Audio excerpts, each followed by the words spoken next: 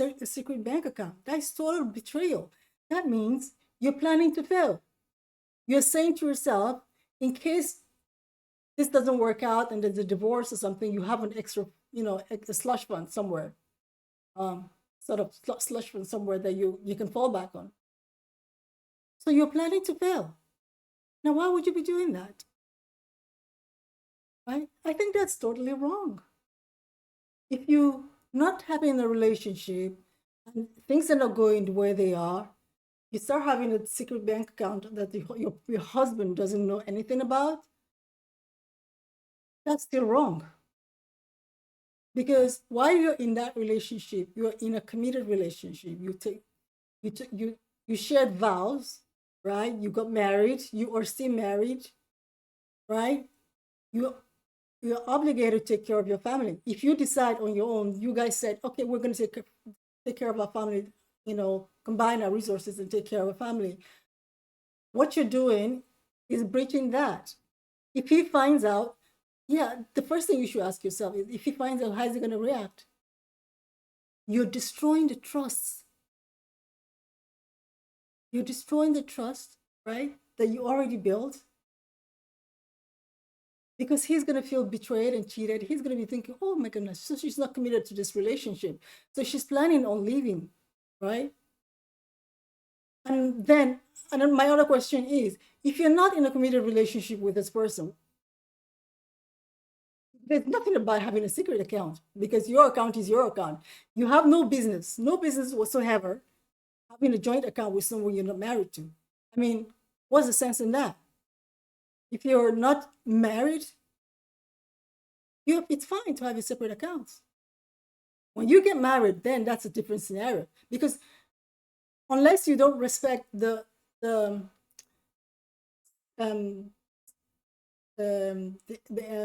institution of marriage, marriage is supposed to be something sacred.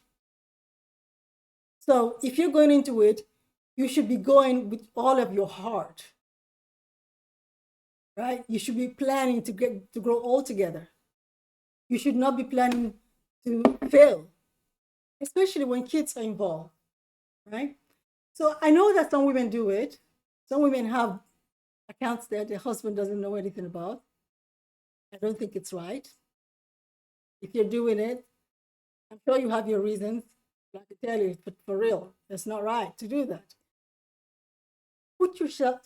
Let's do it the other way. Let's put yourself in his shoes. If you were to find out that he has a separate bank account, a secret bank account, that he has maybe quite a lot of money in, how would you feel?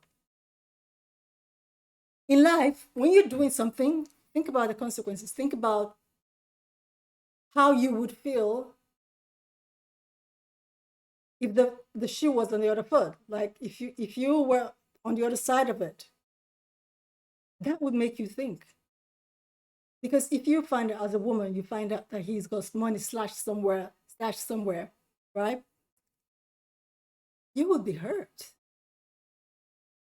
You wonder if he was actually into this relationship, if he was actually committed to it or not. Because why would he?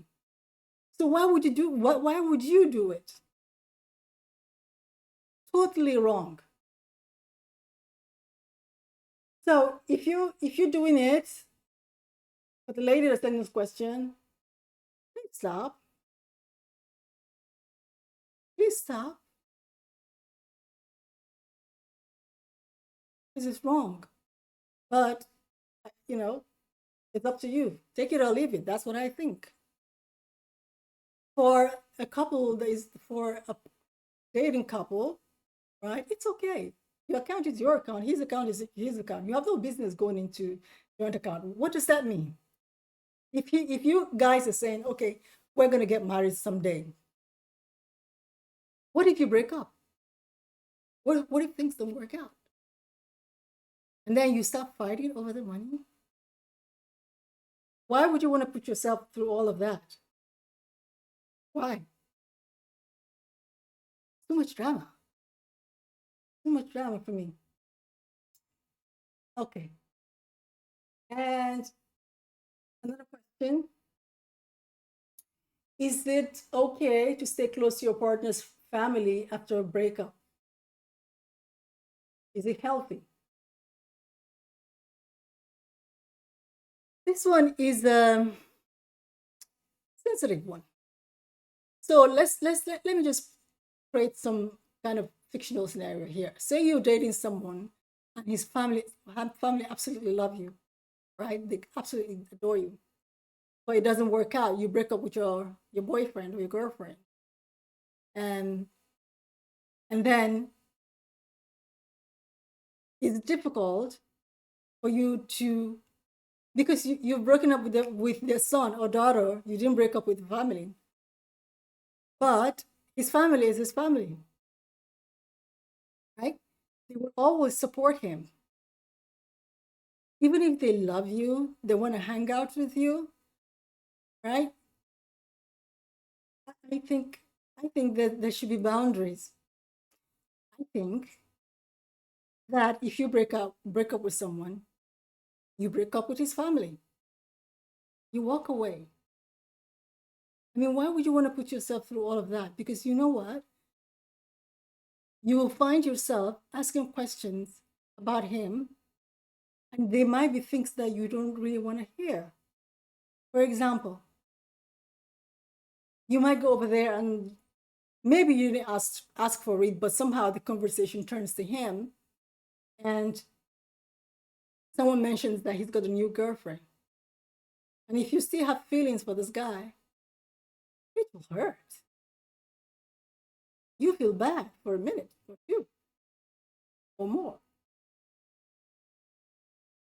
So there are things that you scenarios or situations that you don't want to put yourself in unnecessarily seriously, because it gets complicated.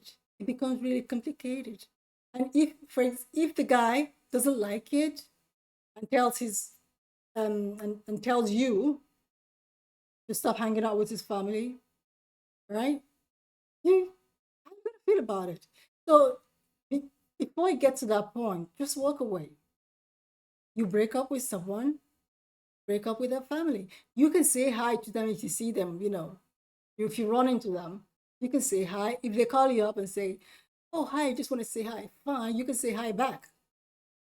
But saying, "Oh, I'm coming to the house on Sunday, we're going to hang out." No. Why? Seriously, why? So let the past stay in the past. Let the past stay buried. Let it go. Move on. You might meet someone and he doesn't like your relationship with your ex's family. What are you going to do? If you like this new guy and he tells you to stop seeing your ex's family, are you going to say no? Why do you want to put that baggage on him? Why do you want to cause that drama, in a new relationship? Just for your peace of mind, for your healthy peace of mind, let it go. Walk away, right? Let it go. There's no point. Okay. Last question. Does the one exist, or do you choose who becomes the one? I think in life you fall in love so many times, right? Or you think you're in love. But I think for each and every human being, there's only one person that you can actually love in your entire life. That one person, you might find him in this lifetime, or you might find her or them in this lifetime. You might not, because as you grow up, you meet people, you like a guy or a woman, and you decide to go out, and you date or have a relationship for 5, 10 years, and then you break up, and you go to have a relationship another couple years, and so on and so forth. You think you're in love, but you're not. In some situations, it's just sex. It's just you just it's just lust. Some situation is just convenience because you have someone to take care of you. But even that is wrong. If you're in a relationship just for money, we have a name for that kind of woman. For people like that, you don't want to go there. But what I'm saying is, Mr. Right now can become your Mr. Right, can become Mr. Perfect for you.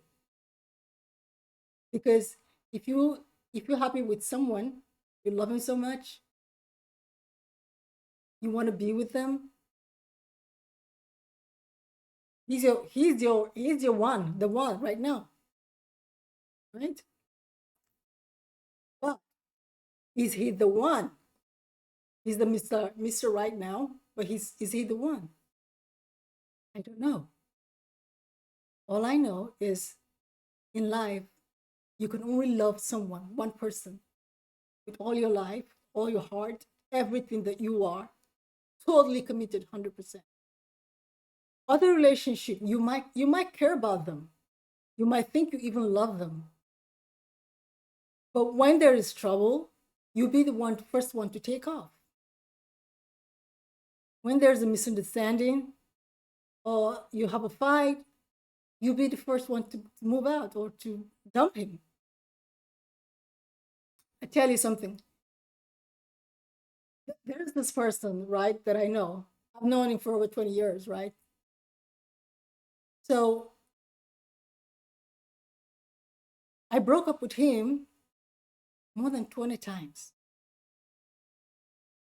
He kept coming back. Each time, he kept coming back. And why did I do that? There's this thing. I don't know if it's instinct or something, but sometimes when you're with someone, even if you like him, there's that deep feeling within your heart. You know something isn't right. Every time we go back together, I have this unease. I had this unease. I get restless. I start thinking about all sorts. But each time I break up with him, I have total peace. I'm happy. I go about my business, everything's cool. Why? I didn't understand it at first. My mom told me it's intuition, right? If you have that kind of feeling, walk away. Everything might look perfect on the outside. And this guy, he is perfect on the outside.